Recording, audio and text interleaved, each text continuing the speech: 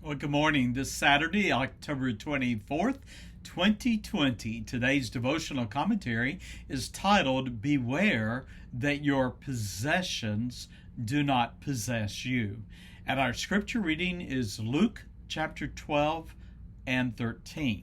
Now, the topic of today's devotional is the sin of covetousness, a sin that is the malady of humanity and is as ancient as sin itself.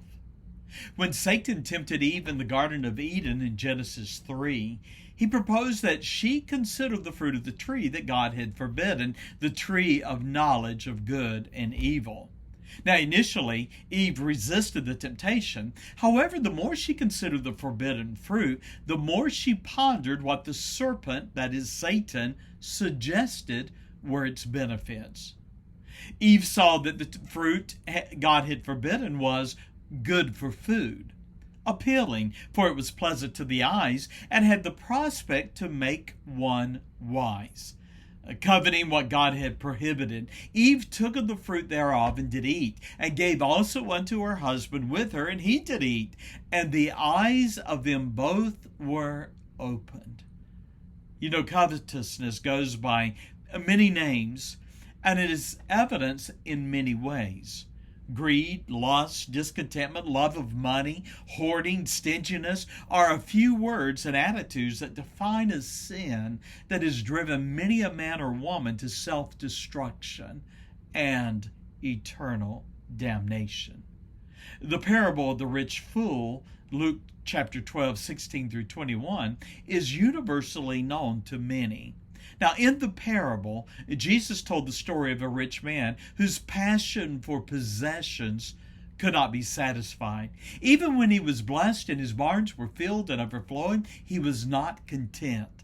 And so the rich man determined to build larger barns, boasting within himself, Soul, thou hast much goods laid up for many years. Take thine ease, eat, drink, and be merry. And sadly, the sum of the parable has been repeated and condemned by God since the fall of man. Thou fool, this night thy soul shall be required of thee, and then whose shall those things be which thou hast provided? Now, what prompted this illustration of covetousness? It was the request of a man whose passion for possessions had taken precedence over the natural affection one brother should have for another. The man had come to Jesus demanding, Master, speak to my brother that he divide the inheritance with me. Now, the law was clear regarding inheritance, yet this brother was discontent, demanding his inheritance out of a heart of greed and gain. Recalling Jesus knew the hearts of all men, he recognized in the brother's request an inordinate affection for wealth and possessions. Rebuking the man for his demand that he act as a judge on a matter where the law had clearly spoken, Jesus warned the people, Take heed and beware of covetousness, for a man's life consisteth not in the abundance of the things which he possesseth. Now here's the truth.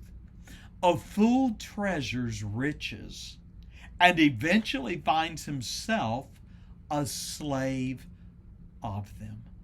Luke chapter 12, verse 21. So is he that is a fool that layeth up treasure for himself and is not rich towards God. I ask you, where is your treasure?